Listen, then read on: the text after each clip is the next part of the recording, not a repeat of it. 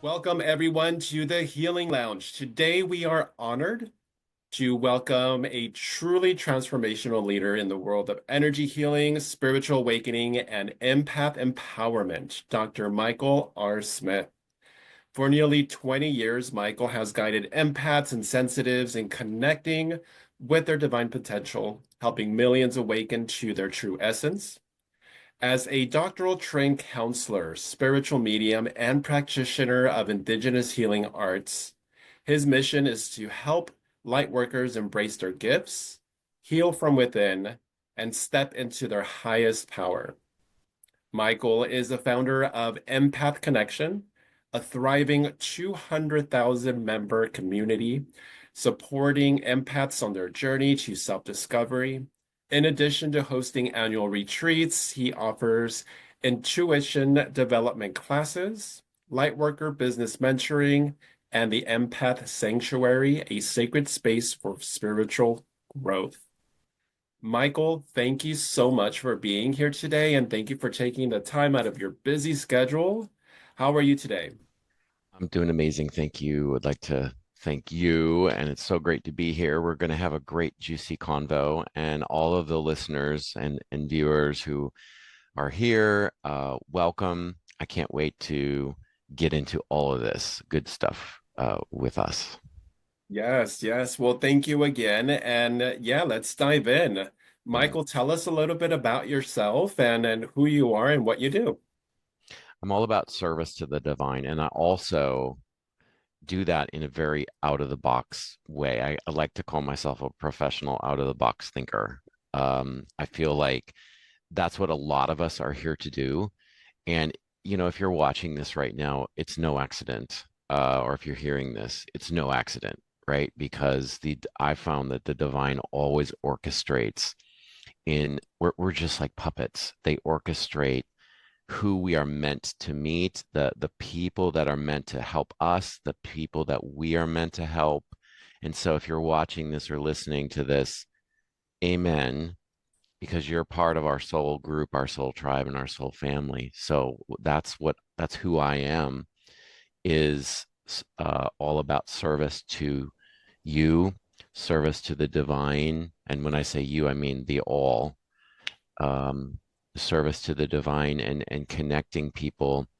And I've been doing this professionally for 18 years. I'm like, how is this dumb in here? I like to call myself, I laugh at myself because like my limited human ego, right? I can't comprehend. And I don't think any of us are meant to truly comprehend. We do our best to comprehend how the divine could orchestrate an 18-year career full time, bringing people to spirit, helping them develop their intuition. It's beyond me. And when I say me, it's the small p brain. But we all have that part of us that is connected to the divine. And I'm just really excited to share that with everyone. Yes, that's amazing. And I'm excited to hear all about it. So how did you get started in this field? Mm. Well, like a lot of us, I had a breakdown. Got a breakdown to have the breakthrough, right? And was massively unhappy in my job as a left-brained professor of counseling. I was teaching in a PhD program. I have a doctoral program in ed psych and counseling, and I was just so unhappy. So I was like, what are we going to do? And a lot of us are asking this question right now to our higher selves: is how can I get out of the soul-sucking job? How can I convert, uh, or how can I turn my passion into something that can make a living? Perhaps that was the question I was asking myself. How can I go beyond just the left brain, which I'm very good at? Um, and that was what one of the gifts the divine gave me. And now you and us and we are all asking the question, well, how can I use my gifts, my unique gifts, to help others And then increasingly, how can I maybe become a light worker? How can I spread the light of spirit that's inside of me and make a living in return at that? And so yeah, so I had my process. I broke down and I was very miserable, and I was led to Santa Fe, New Mexico, where I met a gay, two-spirited, I prefer to use that term, two-spirited Lakota medicine Mm. person. And I started to go to sweat lodges, and I was like, oh my God, I feel at home.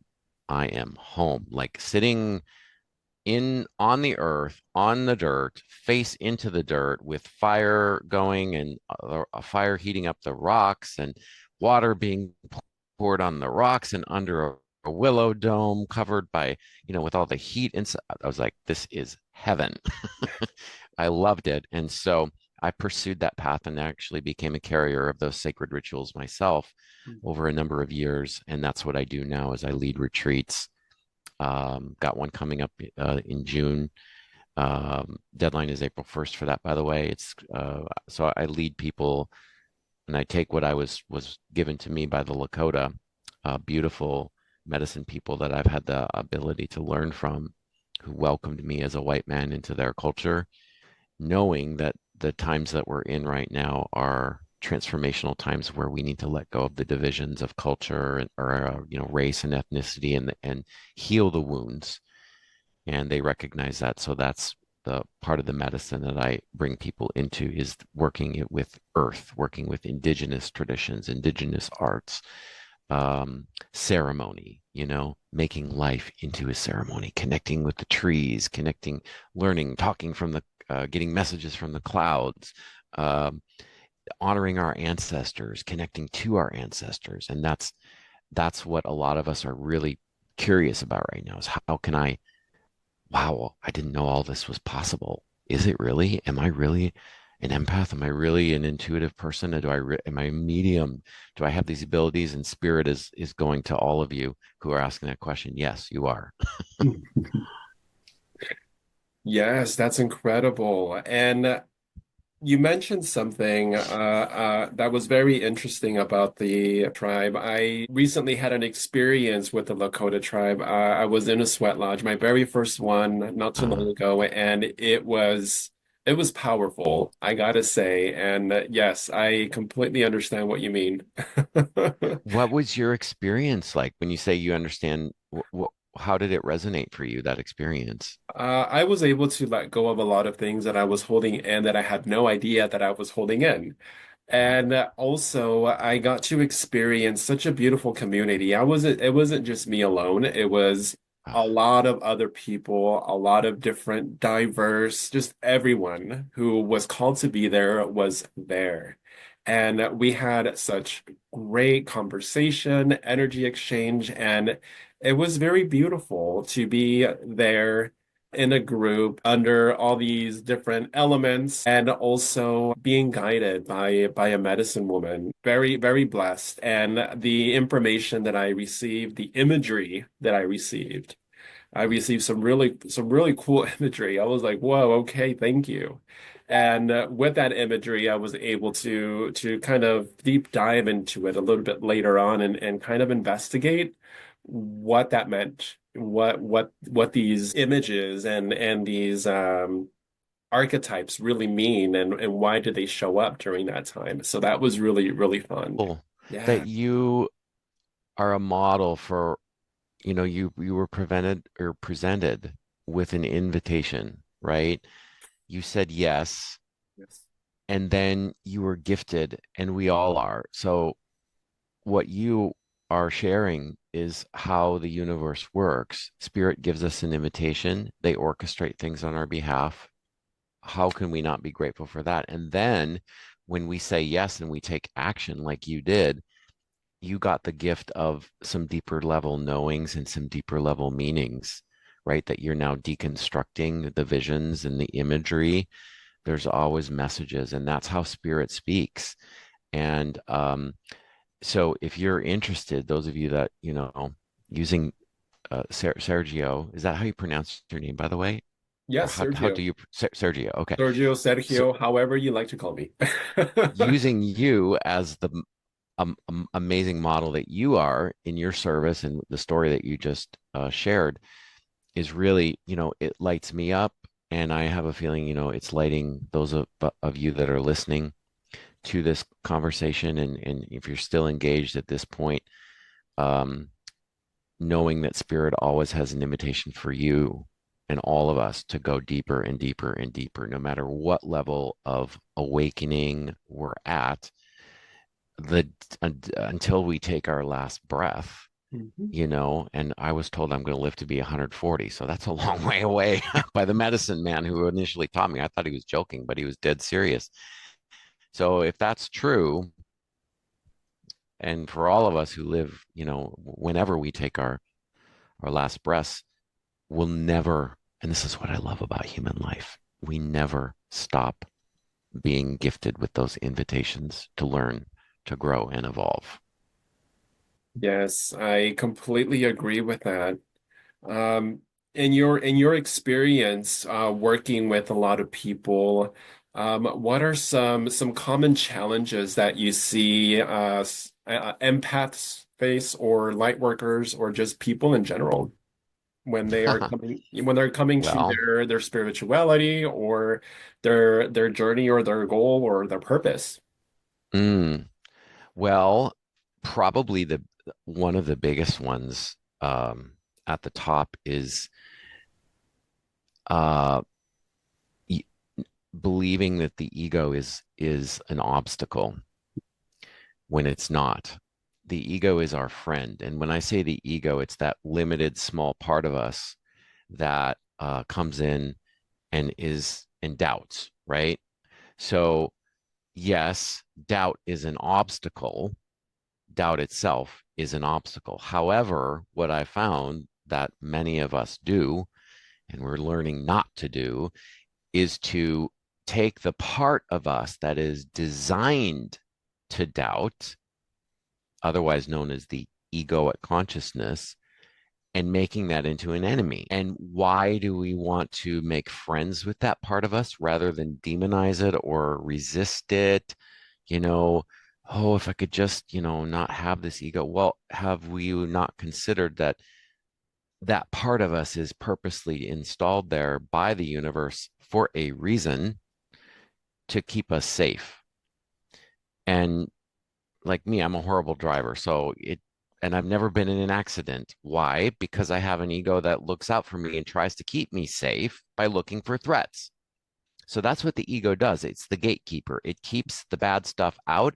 It keeps us safe. So how do you that are listening, how would your life change if you knew that those voices in your head that you've been resisting, or uh, making it worse by resisting those voices? How would your life change if you knew that you could accept those voices and that making friends with that part of you that chatters away? If you could just say, oh, there you go again. Okay, moving on to the next. How would it change your existence? Ask yourself that. I found that, in the work that I do in all my classes, I teach intuition development, Empath Academy, Empath Sanctuary. I have a nice tight knit community that I offer in the work that we do in our retreats, the Redwood Rendezvous. All of that work is designed to help people accept all of the different parts of ourselves that um, that are there for a reason. And when we do accept that egoic part of ourselves, life changes and becomes dramatically easier. That's a really great question. Yes, thank you for that explanation. I resonate with it 100%.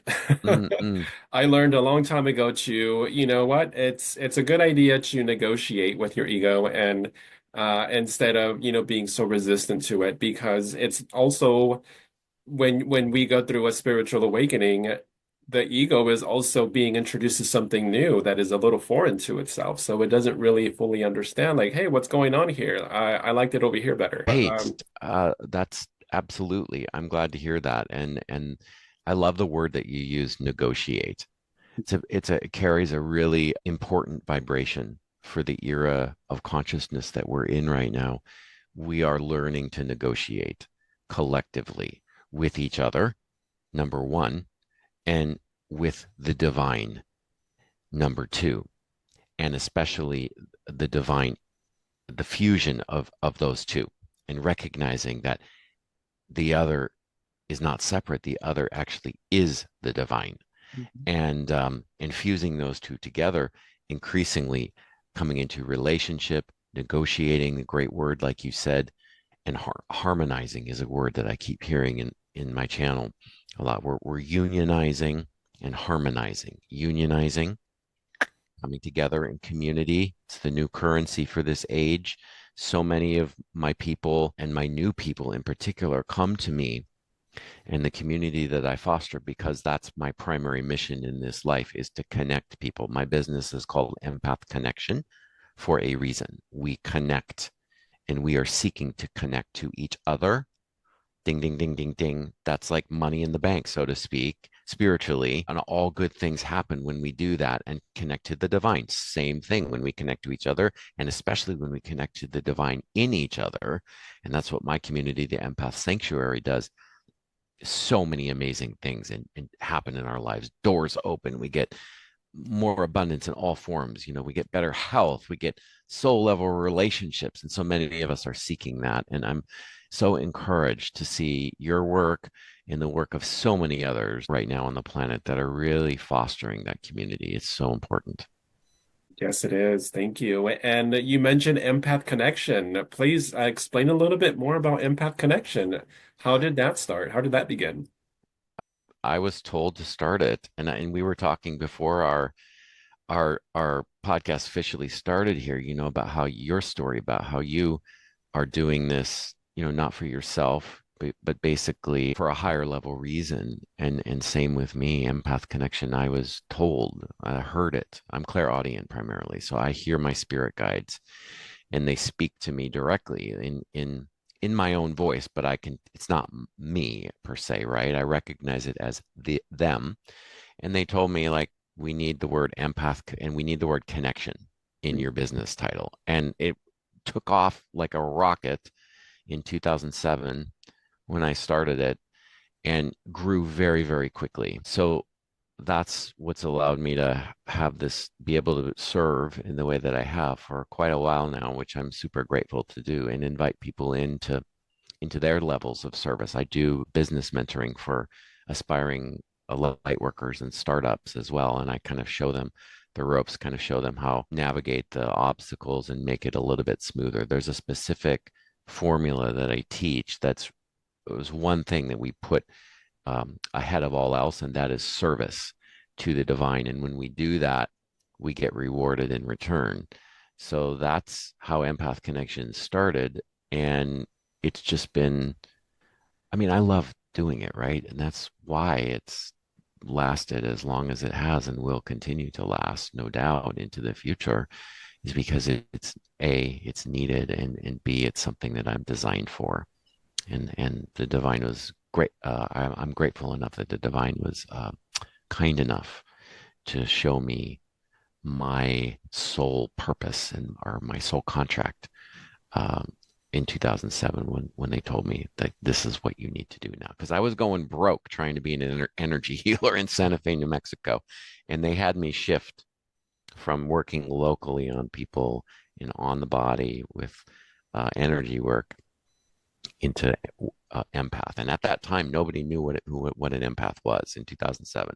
So I was telling people, it sounds crazy now because everyone knows what an empath is now. But back then, I was like, all right, I had to educate people. This is what an empath is. People had no clue what an empath was. Judith Orloff, she's the godmother of the empath movement. Her and Dr. Elaine Aaron. Aaron works with sensitive people and uses that term. And Judith Orloff, Dr. Orloff, uses the term empath. And I was a few years after that kind of came along and kind of amplified that. So that is how we got started. And yeah, it's a beautiful service to the divine. For those of you that are thinking about doing it, do it. Take the next step. Ask your guides, like right now. What is my next step? How can I evolve in the way that you need? That's our question to the divine. How can I evolve and take the actions that you, ding, ding, ding, divine, would have me take right now? Ask that question right now, and you'll get an answer and you'll be shown. Yes, I believe you will. I believe you will be shown. Just ask, right? Just ask the questions. Thank you so much for sharing that. What I wanted to ask, on the topic of empaths, what are some common challenges that empaths have? Or what are some common things or issues or topics that get brought to your attention when people come to you for assistance, for help, or for guidance? Number one, confusion about what's mine and what's the others in the early stages.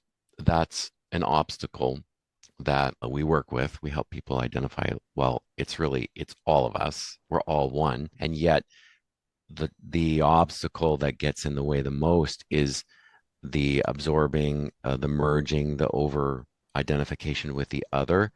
And that comes through our design. Number one, we're designed to do that. But what we're doing is we're learning the instruction manual real time through lived experiences, and we're learning to how can I pull back my energy in a way that doesn't diminish me so that I don't over engage and say yes too much to external demands. Ding, ding, ding, ding, ding. People pleasing is Mhm. huge with empaths because we came here in our soul contract to help evolve. And a word you used before earlier in our convo before we started, transmute energy. The transmuting of energy can be problematic at first because we absorb, we sponge, we take in, and we're designed to do that. And the empath in the early stages, you may be hearing this and thinking, that's me. Well, your next step then is to learn how to protect. I don't really like using that word because it can imply for an early empath that there's something to fear or there's something spooky about this. No, there's not. All we need to do to get over the obstacle of sponging too much or absorbing too much to the point where we get overwhelmed, we get exhausted, fatigued, drained, and then we get autoimmune illnesses and we feel blocked, blah, blah, blah. 70% of empaths have or I'm sorry, 60% of empaths have autoimmune illnesses. And most empaths are women. It's around 80-20, 80% women, 20% men. And the women tend to have more autoimmune illnesses. And I have some theories about that, but we won't get into that now. So the obstacles are those, and then thinking too much about all of it, and especially thinking that it's us that's wounded just because we can perceive the shadows of other people and we're designed to perceive their wounds, their traumas, their shadows, but we're also designed to perceive tremendous light. So the obstacle that I work primarily with is helping people educate empaths that, hey, it's not always about the bad stuff. And we don't need to look for the shadows and the wounds. Yes, we perceive that. We just need to move over to the other side and balance it out with calling in light. And light is our big protector and prevents all of those issues in the first place. That is very powerful information. Thank you for sharing that. What do you see in your experience? What do you see being your common age group that comes to you for assistance? Well, it's mostly middle-aged women actually, because it's been my experience that we need to be at a certain age. They're getting younger and younger as the consciousness evolves in the collective. They are getting younger, and so I am starting to get women in their 20s who come to me, which is fantastic. I'm telling the universe, like, bring that because that's evidence of a collective ascension in a really good way. And historically, it's been around age 37, age 40 is when the awakening starts to happen for a lot of empath women or men included.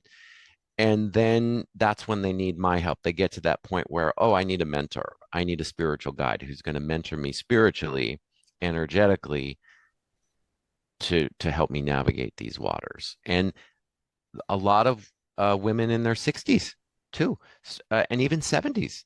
A couple months ago, I had 6 months ago, I had a client who was in her 70s. A year ago, I had a client in her 80s. So it runs the gamut. And there are exceptions to the general 40 to 60 rule. Wherever you're at, you're asking, how can I take the next step to spirit? That's Yeah, that's a great question. thank you. Thank you. Never been asked that question before. And I've done a lot of podcasts. Yeah, I find that, people go through different stages in their life, and that's something that I was curious about. And it's like, hey, Mm, you know what? With all your experience working in this field, working with empaths and sensitives, what is the common age group that comes to you for assistance? Do you see a lot? And I know you mentioned that you see a lot more younger and younger. Are you seeing more of the new generation that's coming in? Do you see them more attuned? Do you see them more empathic? I How think was your experience with that? you don't need to be a professional or do what I do to notice that, like, the kids are where it's at spiritually. They're coming in highly evolved. They're being born right now. The ones that are being born right now, they are masters. They have been around the block a gazillion times, and they are at a way high level, generally speaking, right? It's total generalization. Than a lot of us, I'm from the indigo children generation and then the crystal children, but the ones that are being born now are and the ones that have been increasingly been of the last 10, 15 years, 20 years even, are very highly evolved souls. Yeah, thank God, because we need it to counterbalance the shadow forces and the shadow warriors, as we call them in the Lakota traditions, as I was taught, that the shadow is an active force that seeks to promote itself, just like the light. It's no different. The light seeks to have more light. The shadow seeks to have more shadow. And we're seeing that play out in the world right now. And when we understand that that's real, that the shadow warriors, as my medicine elder taught me, that they want to grow. When we understand that, then it's like, ooh, that changes how we view the world. It changes how we view the shadow in ourselves. And it changes how we stay, or it helps us become more aware of how to stay in balance when there is so much shadow being promulgated in the world, in our environment.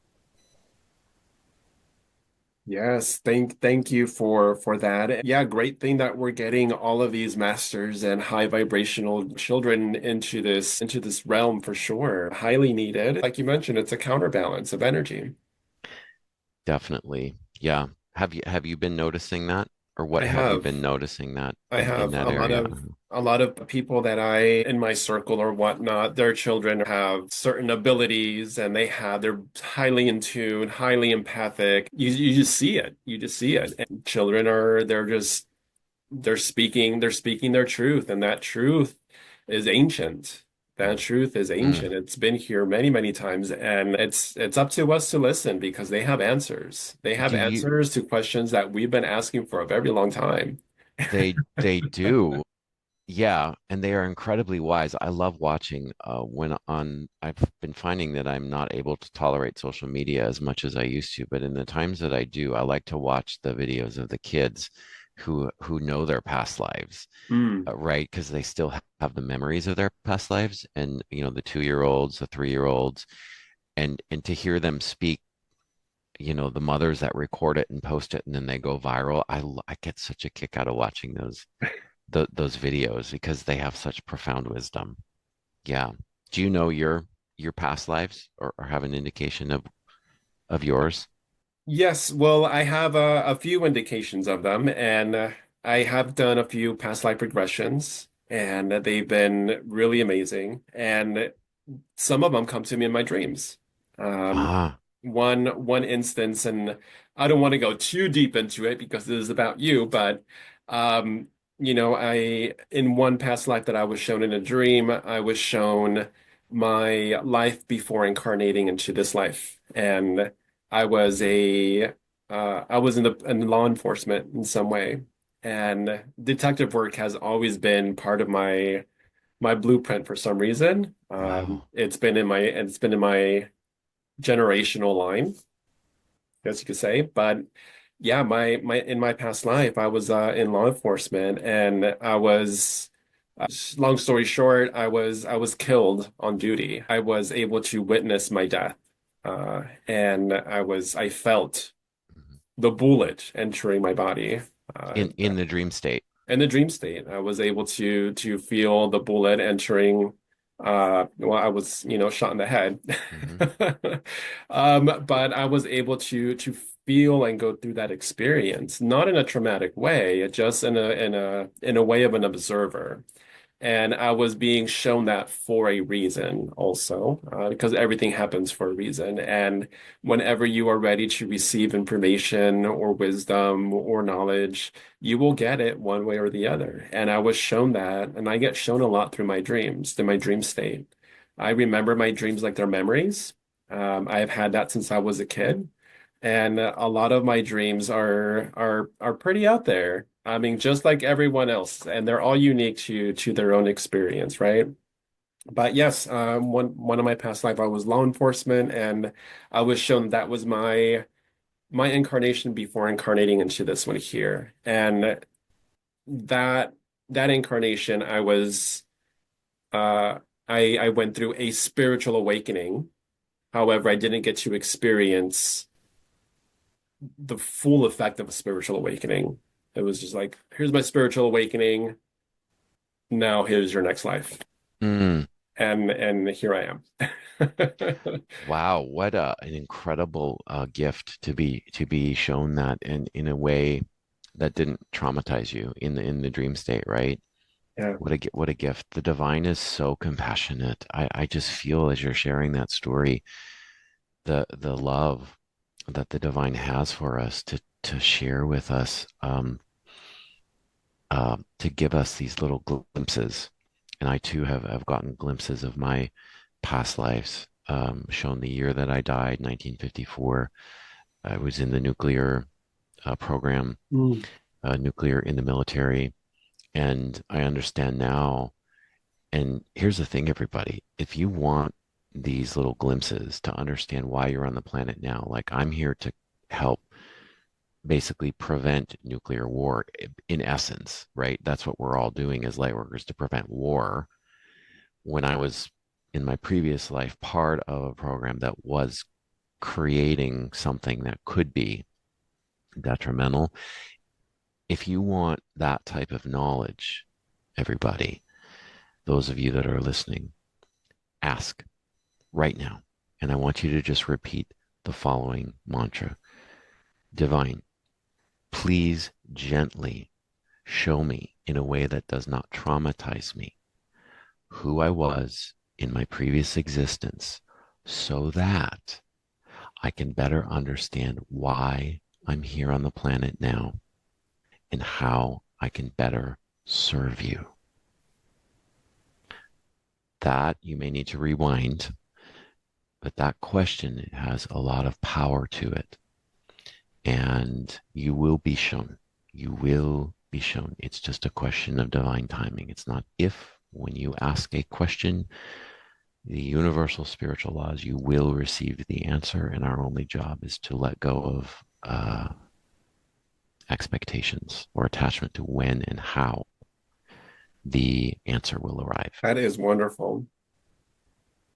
Thank you. Thank you so much for that.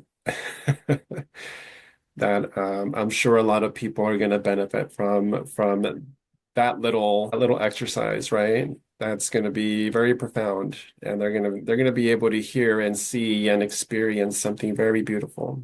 Thank you for sharing that, Michael. Yes. Thank you for inviting that to be shared.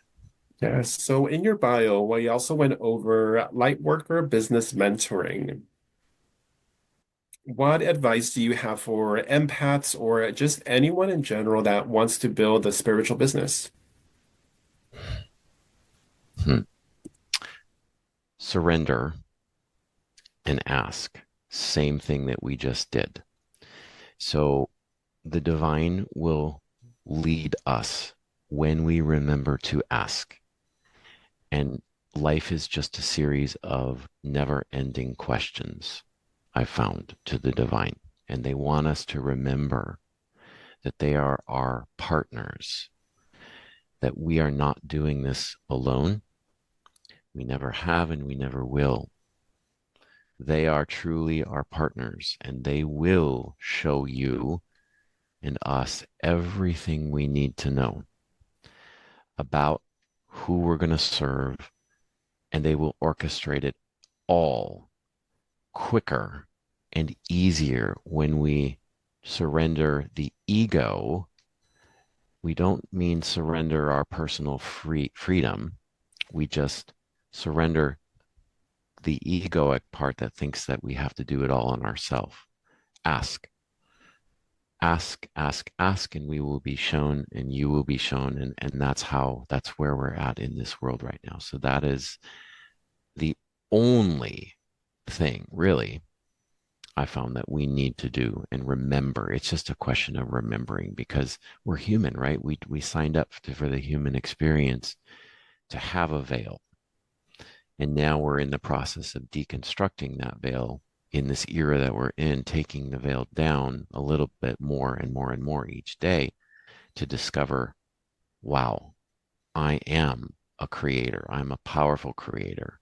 And there's a part of me that is the creator.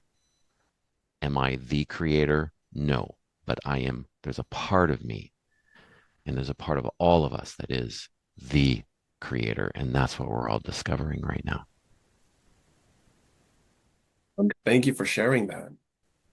I'm sure a lot of people will resonate and get some of that, use some of that knowledge to implement. What can people do to reach out to you if they have questions or if they're looking for mentorship or if they're looking for guidance in starting their practice or getting more in tune with their empathic abilities or any other spiritual practice? How do they get in hold of you?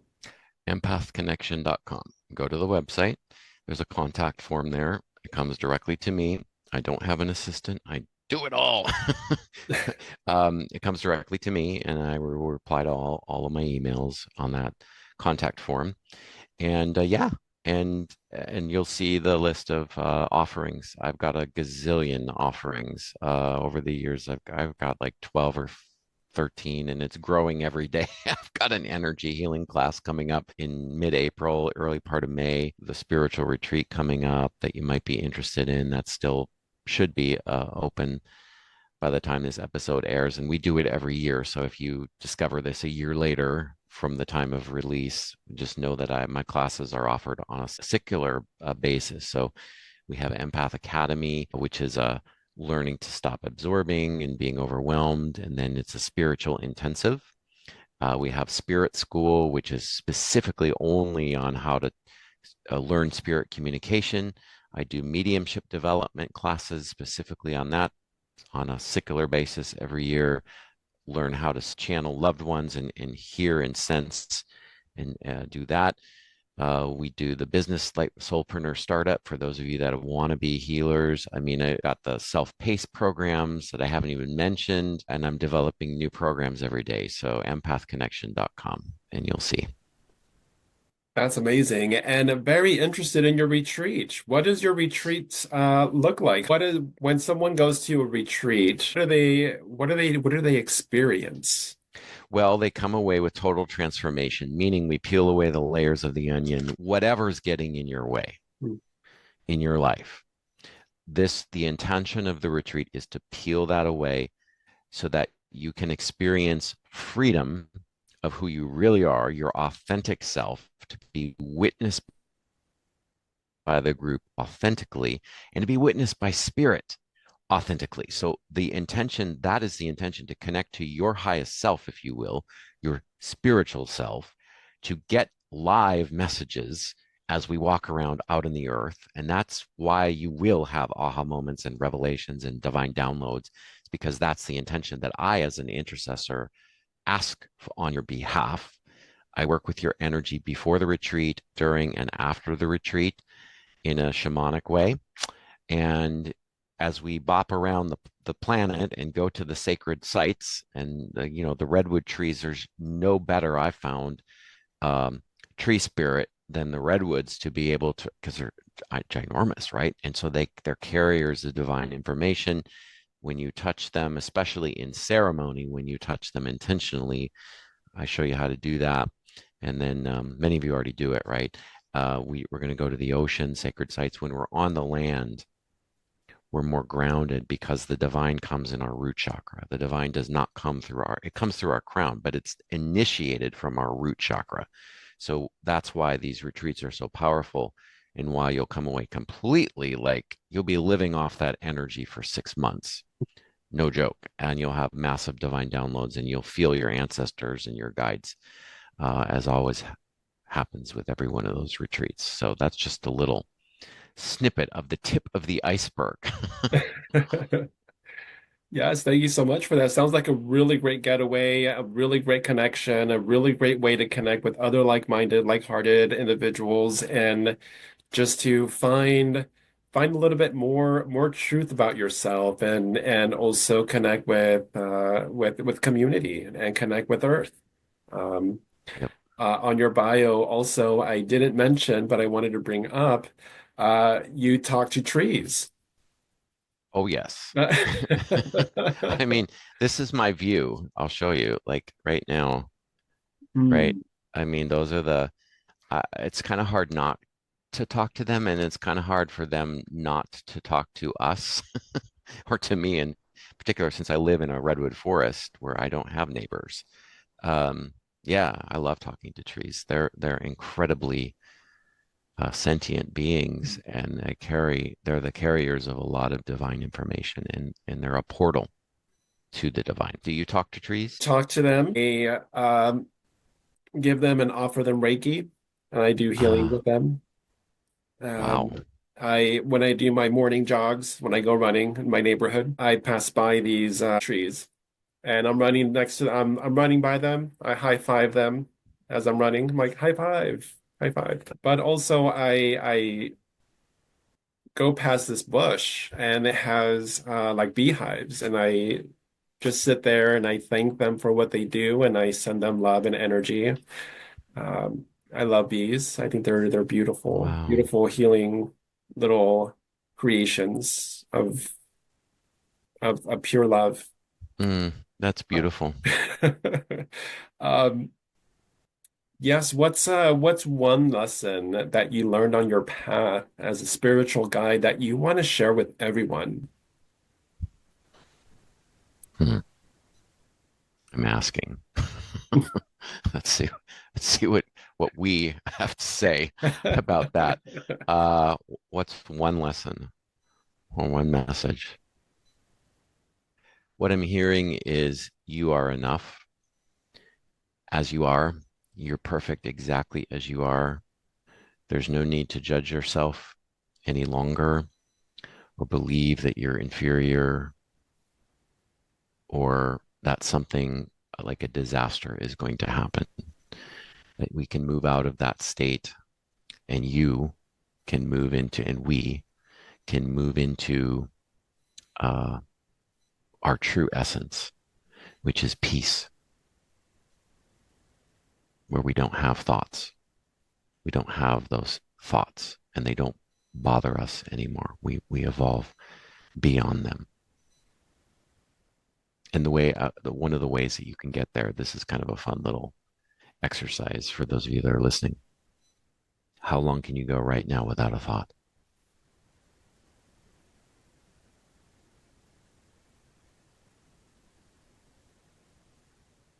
Hmm? I mean, we, I, it's easy when you live in a forest Hmm. to not have thoughts. For some of us, when we have lives that are very busy and we have kids and we're taking care of parents and loved ones and partners, right?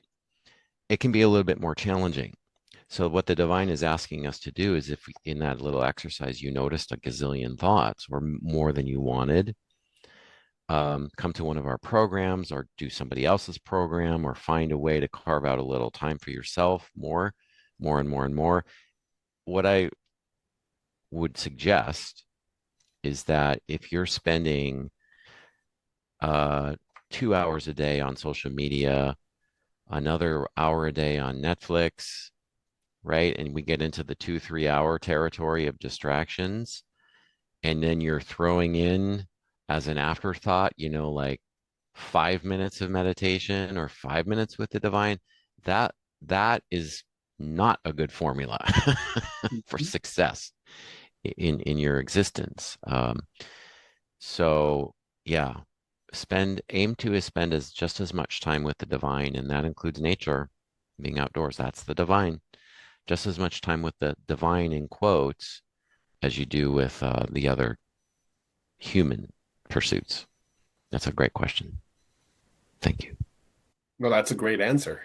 Mm, Yes. So a little thing we like to do here on the Healing Lounge is also ask some questions um, that are, yeah, some lighthearted questions and whatnot.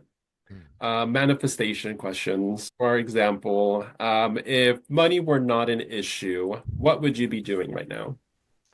Well, what comes to mind is I would be a ballet dancer Mm. because I have the soul of a dancer and I do ecstatic dance as part of my spiritual practice, and I always have for 20 years.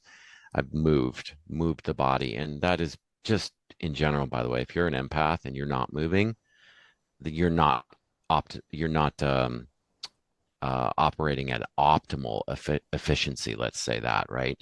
So movement, I love to do movement. Yeah, I would be a ballet dancer. I just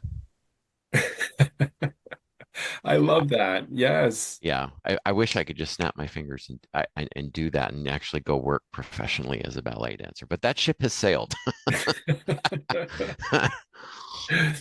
What do you like to do on your day-to-day? What is a self-care routine that you do on a daily?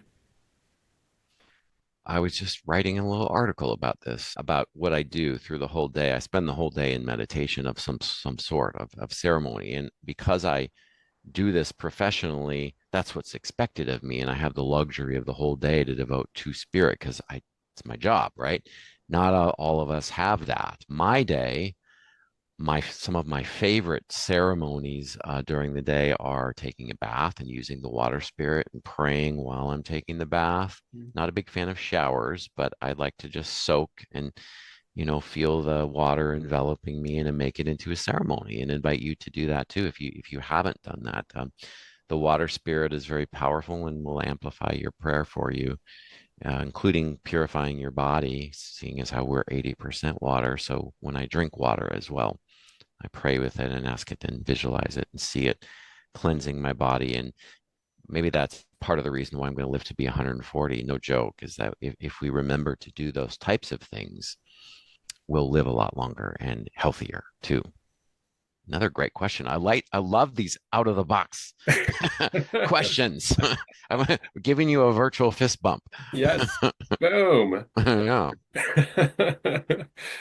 Yes. Well, everyone, thank you. Thank you for tuning in. Michael, thank you so much for this amazing, enlightening connection, communication. Your knowledge is definitely welcome here, and I welcome you again. I would love to hear some more from you, some more updates about your work in the future and what you have planned. Yeah, we'd love to bring you on back to the show and have another definitely. communication. Yes, I would love that. Thank you for having me, and it's been a great joy and a great gift. Yeah, absolutely. Again, Michael, where can people find you? Empathconnection.com. It would be a joy. Empath, EMPATH, empathconnection.com. Perfect. And everyone who is looking for that information, I'm going to make sure to leave all of those links below, along with Michael's bio. Everyone, thank you so much for joining us today on the Healing Lounge. Thank you.